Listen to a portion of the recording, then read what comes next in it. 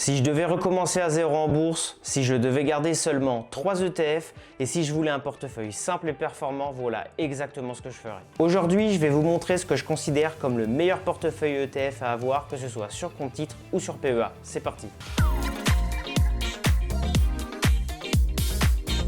Le problème des investisseurs. La majorité des investisseurs font beaucoup d'erreurs. Ils multiplient les actions, les ETF et essayent de timer le marché. Ils n'ont pas de stratégie. Résultat, trop compliqué, pas optimisé et souvent moins performant. La vérité, sur le long terme, ce qui fait la performance, ce n'est pas la complexité, c'est la diversification et le temps. Les 3 piliers du portefeuille. L'ETF principal, le S&P 500. Le S&P 500 représente les 500 plus grandes entreprises américaines. Et pourquoi c'est indispensable? Parce que les États-Unis sont la première puissance économique mondiale. Ils ont des innovations mondiales comme Apple, Microsoft, Nvidia, etc.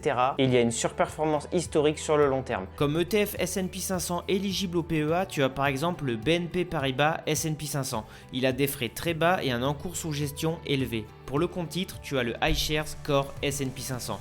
Il en existe plein d'autres, si tu veux les comparer facilement, je te conseille d'aller sur le site JustETF. Une fois que tu en as choisi un, note bien son code ISIN, c'est son identifiant unique avec lequel tu pourras le retrouver sur n'importe quelle plateforme d'investissement. Deuxième pilier, l'Europe. Le Stoxx Europe 600 regroupe les 600 plus grandes entreprises européennes.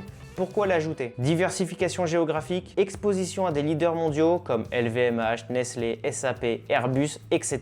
Le S&P 500 domine, mais l'Europe stabilise. Comme ETF Stoxx Europe 600 éligible au PEA, tu as par exemple le BNP Paribas Easy Stoxx Europe 600. Il a des frais très bas et un encours sous gestion élevé. Et pour le compte titre, tu as le Amundi Core Stoxx Europe 600. Et troisième pilier, les marchés émergents. Cela inclut la Chine, l'Inde, le Brésil, l'Asie du Sud-Est, etc. Pourquoi c'est stratégique? Parce qu'il y a une forte croissance démographique, le PIB est en expansion et il y a un potentiel énorme sur le long terme. Comme ETF Emerging Market éligible au PEA, tu as par exemple le Amundi PEA émergent, MSCI Emerging. Il a des frais très bas et un encours sous gestion élevé. Et pour le compte titre, tu as le iShares Core MSCI Emerging Markets. Pourquoi ce portefeuille est puissant? Ce portefeuille permet une diversification dans le monde entier, une exposition aux leaders mondiaux. Il est simple à gérer car seulement 3 lignes. Avec seulement 3 ETF, vous possédez une partie de l'économie mondiale. Comme structure type, ce qu'on peut faire, c'est 60% du S&P 500, 25% du Stoxx 600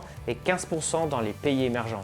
C'est simple, clair, efficace et surtout hyper diversifié. Les erreurs à éviter. Attention parce qu'il ne faut pas ajouter plein d'ETF inutiles, changer d'allocation et donc de stratégie tous les 6 mois, essayer de prédire les crises, donc de timer le marché. Et il ne faut surtout pas investir de l'argent qu'on a besoin. Quand on investit de l'argent qu'on n'a pas besoin. Le secret, ce n'est pas le portefeuille parfait, c'est la diversification, la régularité et le temps. Si vous voulez battre 90% des investisseurs, arrêtez de chercher compliqué. Un portefeuille simple, diversifié avec une exposition mondiale.